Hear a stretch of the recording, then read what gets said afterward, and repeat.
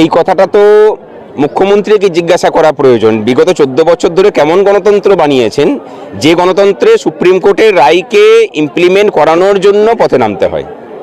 মানে এটা তো ওনাকে জিজ্ঞাসা করা প্রয়োজন যে গণতন্ত্রের মহিমাটা কোন জায়গাতে নিয়ে গেছেন, যে সুপ্রিম কোর্টের রায় দিচ্ছে সেই রায়টাকে এই কাঠামোতে ইমপ্লিমেন্ট করানোর জন্য আমাদেরকে পথে নামতে হচ্ছে। বাকিটা বুঝে নিন, এর থেকে মনে হয় বেশি কথা বলার প্রয়োজন নেই।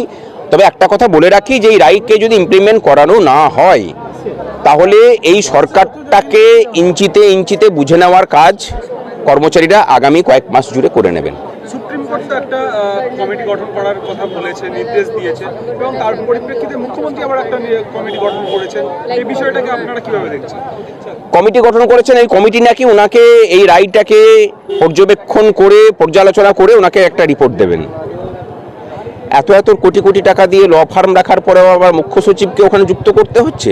মানে যে ল ফার্মকে এনগেজ করে রেখেছেন, যারা এই মামলাটাকে কন্ডাক্ট করলো, সুপ্রিম কোর্টে যেসব আইনজীবীদের বাঘা বাঘা আইনজীবীদেরকে নামিয়েছিলেন আমাদেরকে হারানোর জন্য, তাদের উপর বিশ্বাস নেই, তাহলে বুঝতে হবে। রাস্তায় মানে আমার দাবি হচ্ছে একটাই, যে এই রায়টাকে ইমপ্লিমেন্ট করাতে হবে এবং যত দ্রুত সম্ভব সেটাকে ইমপ্লিমেন্ট করাও তুমি, এবং কোনো রকম রিভিউয়ে এই সরকার যেতে পারবে না।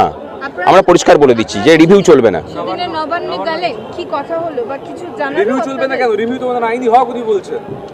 হক তো অনেক কিছুই, কিছু কিছু ক্ষেত্রে কিছু কিছু হকের জায়গাকে মানে উল্টে দিতে হয় আর কি। আমরা সেই ঘরটাকে উল্টে দেওয়ার কাজটাই করতে চলেছি। যে অনেক হয়েছে তোমার রিভিউ, তোমার অনেক কিছু করেছো তুমি নিম্নতর আদালতে, এখানেও গিয়ে ছড়া করার অভাব রাখোনি, সুতরাং এবার তুমি এটাকে ইমপ্লিমেন্ট করো। মানে আমরা যখন বলছি, উনি যেমন জোর প্রয়োগ করেন, আমরা এখানে জোর প্রয়োগ করেই বলছি যে কোনো রকম রিভিউয়ে পশ্চিমবঙ্গ সরকার যেতে পারবে না, যাওয়া চলবে না। কি করব সেটা রাজ্য সরকার ভালো জানে, মানে আমাদের থেকে রাজ্য সরকার ভালো জানে, এবং সেটা কেমন জানে সেটা সেই দিনে যে নবান্ন গেলাম, আমাদের 5 সদস্যের প্রতিনিধি গেলাম, দেখলাম কয়েক হাজার পুলিশ সেখানে রেডি হয়ে আছে আমাদের জন্য। সুতরাং এই যে ভয়টা ভিতরে সঞ্চার হয়েছে সেই জায়গা থেকে তারা ভালো জানেন। আরো বৃহত্তর কিছু করতে চলেছে ভাবনা নয়, মানে সেটা ভাবাই আছে, বাস্তবায়িত হওয়ার অপেক্ষা। আজকে মিছিল হচ্ছে, এই মিছিলের মধ্যে দিয়ে শুরু হলো, বাকিটা পরে দেখা যাবে। কবে থেকে 25% দিয়ে দেওয়া হবে কিছু, সেদিনে তো নবান্ন গিয়ে কোনো আভাস পেলেন? দেখুন, সুপ্রিম কোর্ট যেটা বলেছে যে ইমিডিয়েটলি দিতে, ইমিডিয়েট বলতে যে মুহূর্তে রায়, যে মুহূর্তে রায় প্রকাশ হচ্ছে সেই মুহূর্তেই।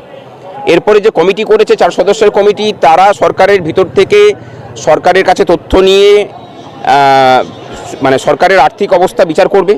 6ই মার্চের মধ্যে তারা একটা সরকারকে রিপোর্ট দেবে যে বাকি যে 75%, সেই বাকি 75% কটা কিস্তিতে দিতে হবে এবং কবে কবে দিতে হবে। কিন্তু তার প্রথম কিস্তিটা অবশ্যই 31শে মার্চের মধ্যে পরিশোধ করতে হবে কর্মচারীদেরকে। সুতরাং বুঝেই নিতে পারেন যে ইমিডিয়েটলি 25%টা রিলিজ করতে বলেছে। সেই ইমিডিয়েটলিটা কত তাড়াতাড়ি হবে, আমরা সেটা ইমিডিয়েটলি করানোর জন্যই আজকে পথে নামা।